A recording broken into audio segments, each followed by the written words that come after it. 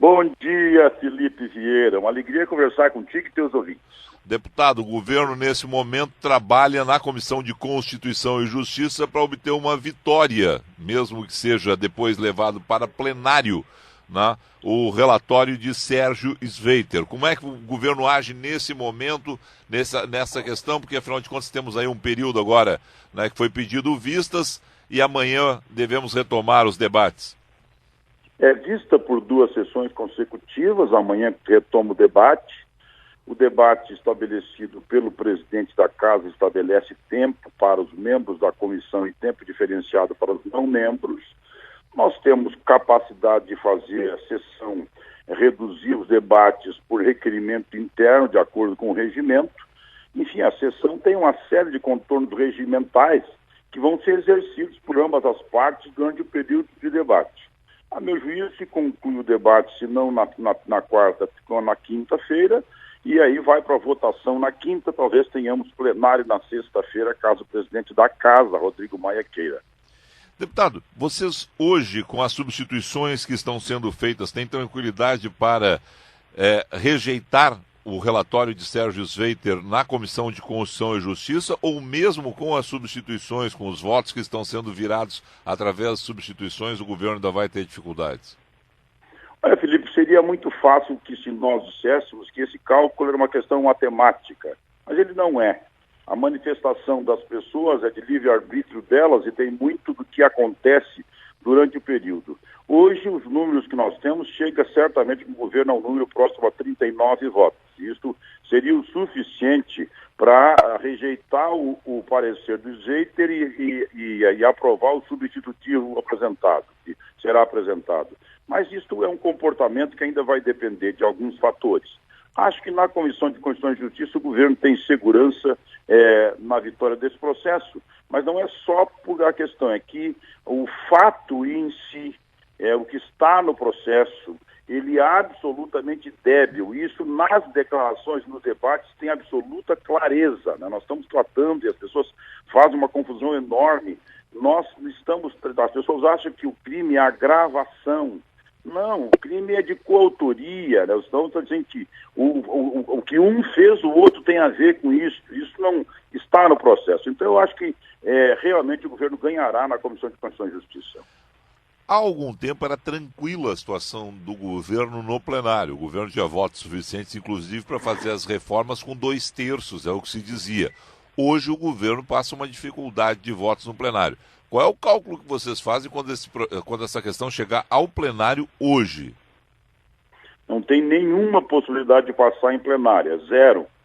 Né? Por quê? Porque, na verdade, em plenário é a oposição que tem que colocar 342 parlamentares. E ela não colocaria. O Michel Temer tem uma base muito maior do que os 172 votos, 173 votos que teriam, que faltariam. Não há nenhuma possibilidade de passar em plenário. Até porque é diferente da questão do impeachment. Quando nós estávamos fazendo o impeachment, tinha manifestação com milhões e milhões de pessoas nas ruas. Hoje, os partidos de esquerda se reúnem, queimam bandeiras, não dá mais de 200, 300 pessoas. A população brasileira faz a seguinte referência: se é ruim com o Temer, muito pior sem ele. Aí no Rio Grande do Sul, por exemplo, se nós fizermos uma relação de consequência, a consequência seguinte é o seguinte: o Michel Temer tratou o Rio Grande do Sul com relação ao acordo da sua dívida, está prestes a assinar o acordo fiscal definitivo para o Estado do Rio Grande do Sul. Michel Temer foi extremamente zeloso com o nosso governador e o nosso povo. A outra questão é o abismo que viria, saindo Michel Temer, quem entra? Entra o Rodrigo Maia, e aí, depois do Rodrigo Maia, o que acontece? Essa incerteza enorme faz com que o povo tenha muita cautela. Isso não significa dizer que ele aprova o que o Temer faz ou não aprova o que o Temer faz, que é a favor do mérito ou contra o mérito. Ele faz cálculo de relação de consequência para um país que tem uma eleição marcada para daqui a um ano. Mas, deputado, não é o que mostram as pesquisas. Temer está com uma baixíssima popularidade, deputado. Não tem nada a ver com popularidade. Eu estou falando, eu disse há pouco tempo, não tem nada a ver com com a aprovação ou não aprovação do Temer. O pessoal está fazendo cálculo de risco e consequência. Não é por outra razão que as pessoas não vão para a rua. Porque o depois do Temer é um abismo que ninguém conhece. Bom, E as pessoas não estão dispostas a correr esse risco. Depois do Temer, manchete da Folha de São Paulo de hoje, né, o presidente da Câmara, Rodrigo Maia, que passou o domingo imerso em articulações e traçou a diversos interlocutores num cenário em que trata a queda de Michel Temer como irremediável, né? Teve ontem, durante a leitura do parecer contra Temer, parecer de Sérgio Sveiter na Comissão de Constituição e Justiça, um encontro com Henrique Meirelles. Quer dizer, o Rodrigo Maia está articulando o pós-Temer. Olha, se nós quiséssemos falar pautado pelo que o jornal escreve, teríamos que ter dito quantidades enormes de bobagens ditas por articulistas da maldade de alguns e até de credibilidade. Não dá para se pautar pelo jornal numa crise dessa, porque o jornal, querendo fazer um texto que interesse aos leitores, escreve aquilo que lhe convém. Não obrigatoriamente seja verdade. Se pode dizer que ele reuniu com Meirelles, que tal eu te dizer que ele passou 1 hora reunido com Michel Temer? Será que só vale que ele conversou com Meirelles, com Michel Temer, não? Mas, deputado, a questão é a seguinte: tem esse processo agora contra Michel Temer, onde Rodrigo Maia diz para os interlocutores dele que desta vez Michel Temer se livra do processo, é o que ele está reconhecendo, mas que vai chegar um outro e um outro e um outro, já que foi fatiado pela Procuradoria-Geral da República. Vocês da base do governo vão ter gás para conseguir segurar todos os processos contra Michel Temer? Esse foi meu discurso ontem. É que esta é uma chanchada novelesca, que ela já foi escrita todos os capítulos, todos os atores. A questão é que eles esquecem que os atores adversários não participaram do ensaio. E pode não dar certo, já não deu certo. Quer dizer, a Globo passou de um dia de manhã, das 4h30 da tarde até 8h30 do dia seguinte, dizendo que o Michel Temer tinha mandado o Joesley pagar o Eduardo Cunha para ficar quieto. Quando saiu o texto não existia isso, mas de minuto em minuto ela conseguiu passar um dia inteiro e uma noite inteira junto dizendo isso. Era mentira, não existe absolutamente nada.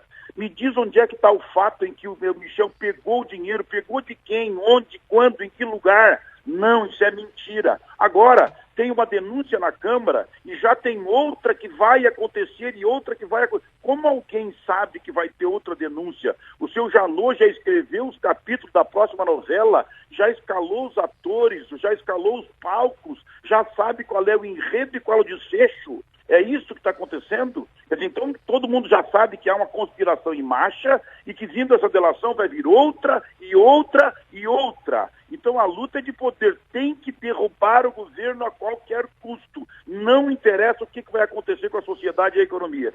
Deputado, é muita coincidência Temer. É muita coincidência Temer falar em Rocha Loures. Rocha Loures recebeu uma mala de R$500 mil dias depois, né? Não existe tanta coincidência no mundo. Hã? O Temer falou no Rocha Loures quando? Na gravação, isso tá lá. O que ele disse no Rocha Loures? Bom, deputado, mas ele cita o Rocha Loures como homem de confiança. Não enrola. Não. Diz o que ele disse. Mas ele cita o Rocha Loures como homem de confiança dele, deputado. Aí está o detalhe. O que tu gostaria que ele tivesse dito não foi dito. Quando falou qual era o interlocutor do governo para conversar sobre a questão do CAD, que não houve absolutamente nada no CAD, foi o interlocutor, era o Rocha Loures. É essa a condição. O dinheiro foi pegado 30 dias antes, 30 dias depois, nenhum níquel tinha chegado em Michel Temer. O que tu acha? O Michel Temer não sabia que o dinheiro, alguém tinha marcado as datas, marcado a série. Não, o dinheiro não chegou nele. 30 dias depois. E o que tu me diz do senhor, esta santidade que é procurador da República, mandar um cidadão que é assessor dele, que renuncia o terceiro cargo mais importante na Procuradoria-Geral, em concurso público, o cara renuncia, se demite e vai trabalhar na JBS 4 dias antes de começar a gravação da novela previamente estabelecida. O que tu me diz disso? O cara foi lá e gravou. Eu só pergunto... Por que é tão interessante que seja o Rocha Loures? Porque precisa a prova física de que tem uma mala de dinheiro. Por isso que é o Rocha Loures. Esta novela foi pré-escrita. E os atores têm que ser fulano e fulano, porque precisa derrubar o governo. Tá, então é o seguinte.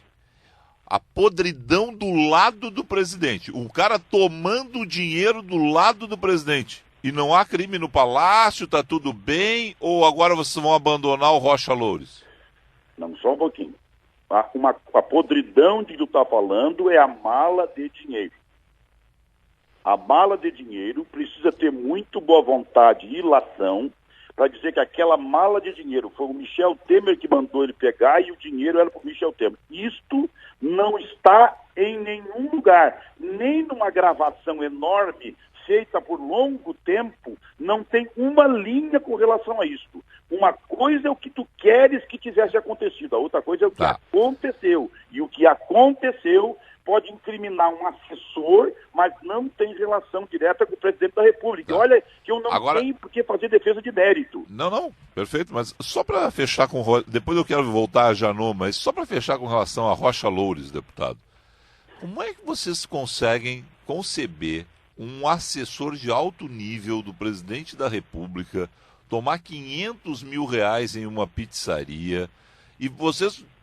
Assim, foi lá depois para a Câmara dos Deputados, é deputado, é substituto, é deputado suplente do PMDB. Como é que já foram expulsos o Rocha Loures? Vocês estão fazendo algum processo contra o Rocha Loures? Porque, afinal de contas, é o seguinte, deputado, alguma coisa tem que ser feita. Bom, e nisso tu tem total razão. Isso tem rolê, mas isso é uma questão da direção partidária. Eu não pertenço à direção partidária. O senhor é presidente do PMDB do Rio Grande do Sul, né? No Rio Grande do Sul, nós faremos autocrítica com relação a isto, buscaremos uma alternativa para a crise política, não esconderemos a cabeça com relação aos crimes que estão acontecendo. Nós não aprovamos que Michel Temer tenha recebido um bandido na antessala da presidência da República, nós não aprovamos isso, embora naquele momento o seu Joesley não tivesse todas as críticas que tem hoje. Uma coisa é fazer análise de mérito, a outra coisa é fazer análise fática do que está acontecendo. Voltando a Janot, é um discurso que foi programado dentro do Palácio do Planalto. Vocês todos da base do governo estão batendo no Janot na mesma questão.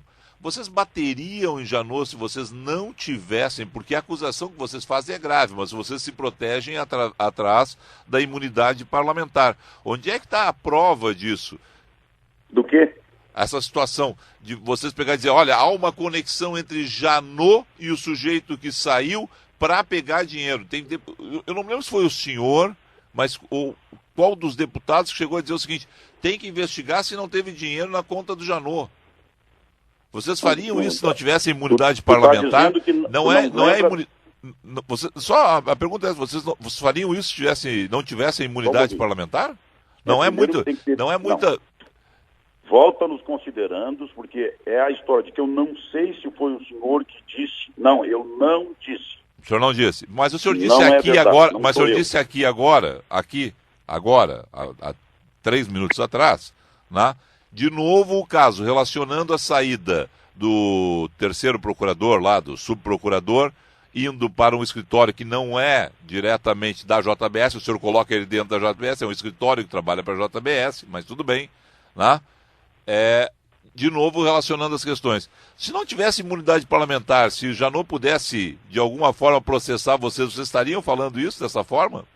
Bom, primeiro preciso saber o seguinte, se é tão fácil relacionar as questões do Rocha Loures com o Michel Temer, por que não é do assessor do Janot? Qual é a diferença de um do outro? Porque dois pesos, duas medidas. Porque o Rocha Loures tem uma mala de 500 mil reais que ele sai da mala de dentro da pizzaria. Foi trabalhar com o escritório, largou o cargo mais importante da Procuradoria e foi trabalhar no escritório do bandido que tinha confessado crimes que daria 280 anos de pena para o Procurador-Geral da República. O povo brasileiro não sabia que o Joesley era bandido, mas o Janot já sabia, porque já tinha a confissão dele para fazer a jogada armada. É só por isso. Então o senhor está dizendo que o Janot participou da jogada armada. Mas com certeza, mas ele não sabia que o senhor Joesley, ele não sabia que o senhor Joesley tinha, o senhor Joesley confessou todos os crimes, tanto que negociou a delação premiada. Foi o único cidadão da delação premiada que saiu para os Estados Unidos de bom abanando depois de ter cometido todos os crimes e confessado ao Procurador-Geral da República. Foi para os Estados Unidos, rindo da nossa cara, comprando dólar e vendendo ação. Deputado, tem alguma coisa que eu disse aqui que tu não sabia? Eu estou te contando agora alguma novidade, Felipe? Não, só estou lhe perguntando de novo. O senhor faria essa acusação se não tivesse imunidade parlamentar? Tu Tu quer que eu fale sobre o se tivesse, olha, meu, tu quer que eu raciocine sobre hipótese? Eu estou raciocinando sobre o caso prático. Não é hipótese. O senhor tem imunidade parlamentar. O senhor faria isso se não tivesse a imunidade parlamentar? Se não tivesse uma imunidade parlamentar, com a sanha de prender quem quer que seja, nós certamente, por dizer uma frase, estaríamos presos na ditadura do Ministério Público do Judiciário. Graças a Deus, nesse momento, nós temos condição de contar a verdade à população. Mas o que eu não quero, Marcelo, me afastar, é me esconder atrás da imunidade para poder pronunciar em verdade. Eu estou pronunciando o que é verdade. Absolutamente verdadeiro. Eu estou dizendo, cada frase tu pode pegar e ler, que é isso que está no processo narrado pelo próprio Procurador da República. Perfeito. Deputado Alceu Moreira, quero agradecer ao senhor mais uma vez por conversar com a Guaíba, lhe desejar um excelente dia de trabalho. Obrigado mesmo aí, vamos acompanhar os votos em plenário, porque afinal de contas é o que vai decidir a história toda, né? Felipe, eu só quero te dizer o seguinte, pela primeira vez, a Suprema Corte tem uma acusação contra a presidência da República, numa jogada novelesca, e o senhor Fachin aceita uma gravação que só 38 dias depois a Polícia Federal diz que era ou não era verdadeira, como se verdadeira fosse, aceita o inquérito e imediatamente tem um furo de reportagem para que a imprensa do Brasil inteiro incrimine e puna um cidadão sem saber se ele é culpado. Pela primeira vez. O senhor não acredita? Isso é profundamente irresponsável. O senhor não acredita na Polícia Federal? Não, eu não estou... Felipe, com toda a tua capacidade de análise, o que eu disse não foi dizendo o seguinte. Não, só estou perguntando. Sabe quando é que a Polícia Federal ficou sabendo que a fita era verdadeira ou não? 38 dias depois fazendo perícia. Perfeito. Como é que o senhor Fachin sabia que era verdadeira no dia que ele aceitou o inquérito? Deputado. É no mínimo um ato leviano. Como é que a Suprema Corte, unilateralmente, um cidadão de maneira monocrática, aceita o inquérito a partir de um documento que ele não sabe se é certo ou errado, se é correto ou não? Se é verídico ou mentiroso? Tá bem. Tá bem? Tá Obrigado, bem. um abraço.